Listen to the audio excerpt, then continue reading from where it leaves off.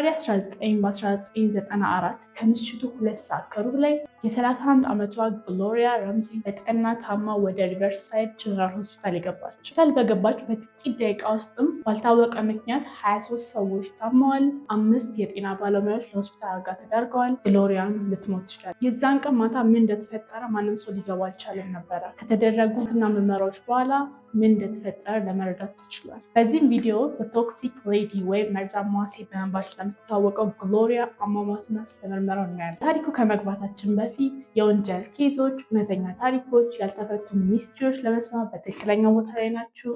ቻናሉን ሰብስክራይብ በማድረግ እንድትጀምሩ ጠይቃለሁ። ወደ ታሪኩ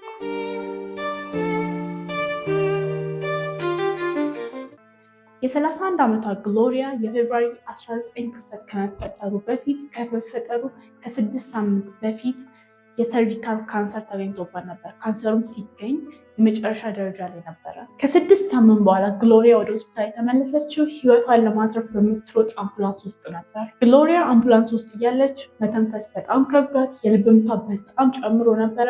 የኦክሲጅን ማክስ አድርገው ወደ ሆስፒታል እስክትደርስ ድረስ የሚችሉት ሁሉ እያደረጉ ሲያግዟት ነበር። ከምሽቱ 2 ሰዓት ከሩብ ላይ ሪቨርሳይድ ጀነራል ሆስፒታል ግሎሪያን አደረሷት። ዶክተሮቹም ወዲያው የልብ ምቷን ቁጥጥር ስር ለማድረግ መረባረብ ጀመሩ። ግን ሁኔቷ እየተባባሰ ስለሄደ ዴፊብሪሌተር የተባለው ማሽን መጠቀም ነበረባቸው። ማሽኑን ለመጠቀም ቲሸርቷን ሲከፍቱ ደረቷ ላይ ከሎሽን ለየት ያለ በጣም ወፍራም ቅባታማና አንጸባራቂ ነገር ደረቷ ተለቅልቆ ነበር። ሆኖም ግን ሎሽን ወይም የሰውነት ቅባት ሊሆን ይችላል በሚል የቼስት ፓድሉን መጠቀም ጀመሩ። ክፍል ውስጥ ሁሉ ያሉ ሰዎች ያስተዋሉት ነገር ነበረ። ከግሎሪያ አፍ የሚወጣ ጠንካራና ከባድ የነጭ ሽንኩርት ሽታ ክፍል ውስጥ የነበረውን ሰው ሁሉ አዳርሶት ነበረ። ሽታው ግሎሪያ ከመምጣቷ በፊት ምናልባት ነጭ ሽንኩርት በልታ ነበር የሚያስብል አይነት አልነበረም። በጣም ጠንካራ ነበረ። ሆኖም ግን ሁሉም ሰው ህይወቷን ለማትረፍ የተረባረበ ስለነበር ማንም ሰው ጥያቄ መጠየቅ እንኳን አልቻለም ነበር። ሱዛን ኬን የተባለች ነርስ ለምርመራ የግሎሪያን ደም ከእጇ ስትወስድ ከስሪንጅ ውስጥ ደሙ የአሞኒያ ሽታ ነበረው። ሱዛንም ስሪንጁን ለሜዲካል ሬዚደንት ለሆነችው ጁሊያ አስተላልፋ ትሰጣለች። ጁሊያም ስሪንጁን ከፍ አድርጋ በምትመለከት ጊዜ ውስጡ ቢጫ የሆኑ ክሪስታሎች ደም ውስጥ ታያለች። ሁለቱም ቆመው እርስ በርስ ደም ውስጥ እንዴት እነዚህ ክሪስታሎች ሊገኙ እንደቻሉ እያወሩ ሳለ ሱዛን ራሷን ስትወድቃለች። አብሯቸው እየሰራ የነበረው ዶክተር ኦቼ ሱዛንን እንድትነቃ ካረጋት በኋላ ሱዛን ከነቃች በኋላ ፊቷ የመቃጠል ስሜት እየተሰማት እንደነበር መናገር ትጀምራለች። አብራት እየሰራች የነበረችው ጁሊያንም የማቅለሽለሽ እና የማዞር ስሜት ሲሰማት ክፍሉን ለቃ ወጥታ የነርሶች መቀመጫ ቦታ ሄዳ ትቀመጣለች። ከጥቂት ደቂቃዎች በኋላ እሷም ራሷን ስትወድቃለች። ሪስፓራቶሪ ቴራፒስት የነበረችው ግሎሪያን አምቡላንሱ ስትረዳት የነበረችው እሷም ራሷን ስትወድቃለች። ሌሎች 2 ነርሶችም ከግሎሪያ ጋር ፊዚካል ኮንታክት የነበራቸው እነሱም እዛው ራሳቸው ውስጥ ይወድቃሉ። በደቂቃዎች ልዩነት ውስጥ ኢመርጀንሲ ሩም ውስጥ የነበሩ ሰዎች ሁሉ የማቅለሽለሽ እና የማዞር ስሜት ሊሰማቸው ይጀምራል። ስለዚህ ወዲያው ያሰቡት ነገር ክፍል ውስጥ የጋዝ ሊንኬጅ ይኖራል ብሎ ነበር። ስለዚህ ኢመርጀንሲ ሩም ውስጥ የነበሩ ሰዎችን ሁሉ ከናልጋቸው ተገፍተው ወደ ውጭ እንዲወጡ ተደረገ። ግን ዶክተር ኦቼ እና የተወሰኑ ሰዎች ውስጥ ቀርተው የግሎሪያን ህይወት ለመታደግ እየታገሉ ነበር። ሆኖም ግን ምንም ሊሰራ አልቻለም ነበረ። ግሎሪያ ሆስፒታል በመጣች በ35ኛው ደቂቃ 2 ሰዓት ከ50 ላይ ህይወቷ ሊያልፍ ችሏል። በዛ ሰዓት እየተፈጠረ የነበረው ነገር ከግሎሪያ ጋር የተያያዘ እንደነበር ስለገመቱ የግሎሪያን አስክሬን ወደ ካረንቲን ሩም ወስዶ አስቀመጡት።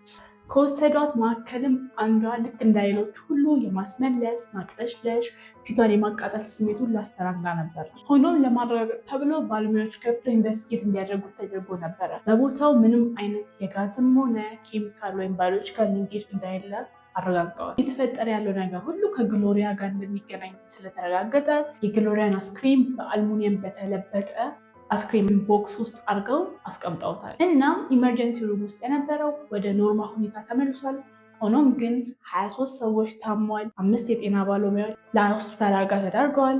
ከነሱ መካከልም ሱዛን ለ10 ቀናት ሆስፒታል ውስጥ ቆይታ ክትትል ሲደረግላት ቆይታለች። ጁሊያን ደግሞ ለ15 ቀን ቆይታ የሕክምና ክትትል ሲደረግላት ቆይታ። ከካሊፎርኒያ አልፎ እንደ ሀገር ጥያቄ ነበረው፣ ግሎሪያ ምንድን ነው ያጋጠማት? ይህ ሁሉ ሰዎች ሊታመሙ ሲቻሉት በምን ምክንያት ነበር የሚለው ነበር። ከ1 ሳምንት በኋላ የአስክሬን ምርመራ እንዲደረግላት ተወሰነ። ምክንያቱ 1 ሳምንት ጠበቁ። በምክንያት ደግሞ ሰውነቷ ውስጥ ያልታወቀ ባዮሎጂካል ኤጀንት ወይም ደግሞ ቫይረስ ካለ ከሰውነቷ እንዲጠፋ ታስቦ ነበር። ተጨማሪ ጥንቃቄ እንዲሆን ታስቦም ሙሉ ሀዝማት ሲዩት ለብሰው ነበር ምርመራውን ያደረጉት። ሆኖም ግን በምርመራ ወቅት ምንም ነገር ሊያገኙ አልቻሉም ነበር። ምንም አይነት ኬሚካልም ሆነ ራዲዮ አክቲቭ ኤሌመንት ሰውነቷ ውስጥ አልተገኘም ነበር። ሰውነቷ ውስጥ የተገኘው ብቸኛ ነገር ታይገን የተባለው መድኃኒት ነበር። ታይገን ማለት አንቲ ናውዣ መድኃኒት ነው። ስለዚህ በካንሰር ታማሚ ውስጥ ይህ መድኃኒት መገኘቱ በጣም ኮመን ነገር ነው።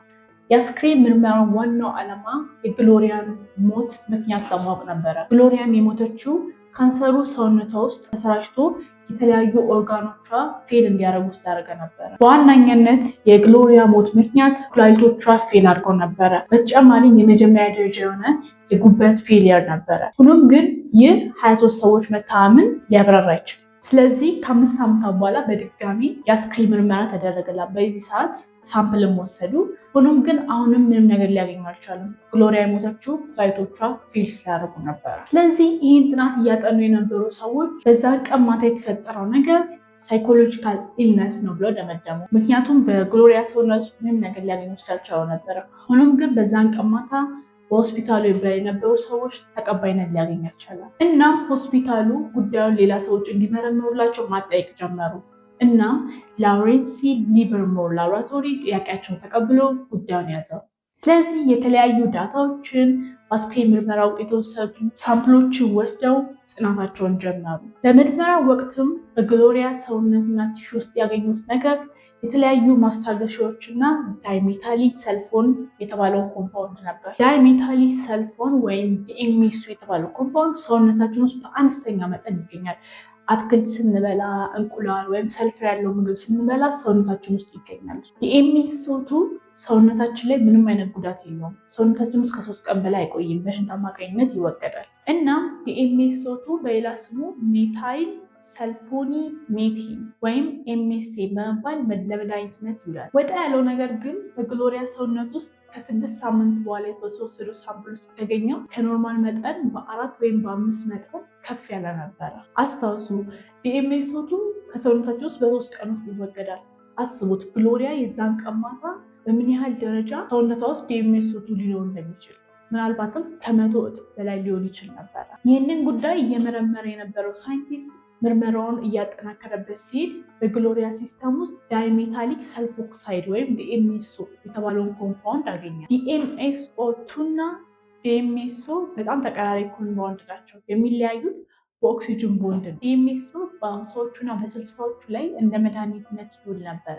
ለህመም ማስታገሻ፣ ለቁርጥማት፣ ለጀርባ ህመም ሰውነታቸው ላይ ልክ እንደ ሎሽን ይቀቡት ነበረ። ሆኖም ግን ዶክተሮች በ1965 ላይ ዲኤምኤሱን በተደጋጋሚ ከተጠቀምን የአይናችን ሌንስ ላይ ጉዳት እንደሚያመጣ ካረጋገጡ በኋላ ከገበያው ላይ እየቀነሰ እየታገደ መጣ ማለት ነው። ዲኤምኤሱ ተሻሽሎ አሁንም ድረስ ለመድኃኒትነት ይውላል። ለኦስቲዮአርትራይተስ፣ ለህመም ማስታገሻነት ይውላል። እናም ለእንስሳት ሕክምና፣ ለፈረስና ለውሻ ጥቅም ላይ ይውላል። በ1980ዎቹ ዲኤምኤሱ ለካንሰር ትሪትመንት እንደሚውል በሰፊው ይነገርለት ነበር። ልክ እንደ ትሬንድ በጣም ብዙ ሰዎች ይጠቀሙት ነበረ። በተፈጥሮ ዲኤምኤሱ በቀላሉ በቆዳችንን ፔኔትሬት አድርጎ ወደ ውስጥ የመግባት አቅም አለው። ይህንን ምርመራ የሚያደርገው ሳይንቲስት ያገኘው ነገር ምን ነበር? ዲኤምኤሱ ከፍተኛ የሆነ የነጭ ሽንኩርት ሽታ እንዳለው ነበረ። ካስታወስን ኤመርጀንሲ ሩም ውስጥ ከግሎሪያ የሚወጣ ከፍተኛና ጠንካራ የነጭ ሽንኩርት ሽታ ነበረ። እናም ዲኤምኤሱ ወፍራምና አንጸባራቂ ጄል እንደሆነ ነበር ያገኘው። ልክ የግሎሪያ ደረት ላይ ከታየው ጋር ተመሳሳይ ነበር። ይህ ማለት ግሎሪያ እቤት ውስጥ ዲኤምኤሱን ለካንሰር ትሪትመንት እንዲሆን በማሰብ ተጠቅሞ ነበር ማለት ነው። ሆኖም ግን ግሎሪያ ሰውነቱ በከፍተኛ መጠን የተገኘው ዲኤምኤሱ ሳይሆን ዲኤምኤስኦ2 ነበር። ይህ ማለት ሰውነቷ ውስጥ የነበረው ዲኤምኤሱ ከብዙ ኦክሲጅን ጋር ሪያክት አድርጎ ወደ ዲኤምኤስኦ2 ተቀይሯል ማለት። ይህ ሳይንቲስት ይህ እንዴት እንደተፈጠረ ሲያብራራ ዲኤምኤሱ ሃይ ኮንሰንትሬሽን ኦፍ ኦክሲጅን ካገኘ በቀላሉ ወደ ዲኤምኤስኦ2 ይቀየራል። ግሎሪያ ደግሞ ወደ ሆስፒታል ስትመጣ ከተደረገላት የኦክሲጅን ማክስ ሃይ የሆነ ኦክሲጅን ኮንሰንትሬሽን አግኝታለች። ዲኤምኤሱ በሩም ቴምፕሬቸር ውስጥ ጠጣር ነው እና የሳይንቲስት ምንድን ያደረገው ኤክስፐሪመንት ነበር ያደረገው። የደም ሳምፕል ወስዶ ከዲኤምኤስኦ2 ጋር ቀላቅለው ደም ውስጥ ቢጫ የሆኑ ክሪስታሎች መፈጠር ጀመሩ። ስለዚህ በግሎሪያ ደም ውስጥ የታየውን ክሪስታሎች ይህ ያብራራልናል ማለት። ይህ ሳይንቲስት ለብዙ ጥያቄዎች መልስ አግኝቶ ነበረ። ግሎሪያ ሰውነቷ ላይ ዲኤምኤሱ ተቀብታ ነበር።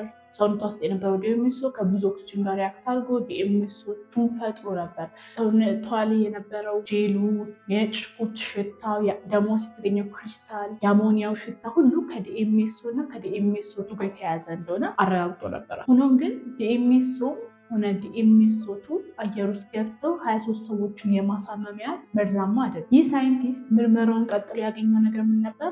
ዲኤምኤሶ እና የዲኤምኤሶቹ ቅርንጫፍ የሆነውን ዲኤምኤስኦ ፎር ዳይሜታሊክ ሰልፌት የተባለው ኮምፓውንድ ነበር። ዲኤምኤስኦ ፎር ነርቨስ ጋዝ በመባል የሚታወቀው የመጀመሪያ ዓለም ጦርነት ላይ በጋዝ እና በፈሳሽ መልክ እንደ ኬሚካል ዌፐን ይጠቀሙት ነበረ። በ1987 በተደረገው ጥናት ዲኤምኤስኦ በጣም አደገኛ ጋዝ እንደሆነና በጣም በትንሽ መጠን በ10 ደቂቃ ውስጥ ሰውን መግደል እንደሚችል ተዘግቧል። ዲኤምኤስኦ በጣም በትንሽ መጠን በትንሽ ኮንሰንትሬሽን ሰውነታችን ላይ በጣም ብዙ የሚባል ወይም ከባድ የሚባል ኮምፕሊኬሽን ሊያመጣብን ይችላል። ግን ዲኤምኤስኦ ልክ እንደ ዲኤምኤስኦ ወደ ዲኤምኤስኦ በቀላሉ ቀየረው በቀላሉ አይቀየርም። በጣም ከፍተኛ የሆነ የኤሌክትሪክ ኤነርጂ ይፈልጋል። ሳይንቲስቱም እንዳለው ከሆነ ሰውነቷ ውስጥ የነበረው ዲኤምኤስኦቱ እና የተለያዩ ኬሚካሎች አንድ ላይ በመሆን ዶክተሮች ዴፊብሪሌተር ሲጠቀሙ ያን ኤሌክትሪክ ኤነርጂ ተጠቅሞ ወደ ዲኤምኤስኦ ተቀይሯል ብሏል። ይህ ቲዮሪ ነው፣ በላቦራቶሪ አላረጋገጡም። ምክንያቱም ዲኤምኤስኦ በጣም በትንሽ ኮንሰንትሬሽን እንኳን በጣም አደገኛ ጋዝ ነው። ስለዚህ ይህንን ማድረግ አልፈለጉም። ሆኖም ግን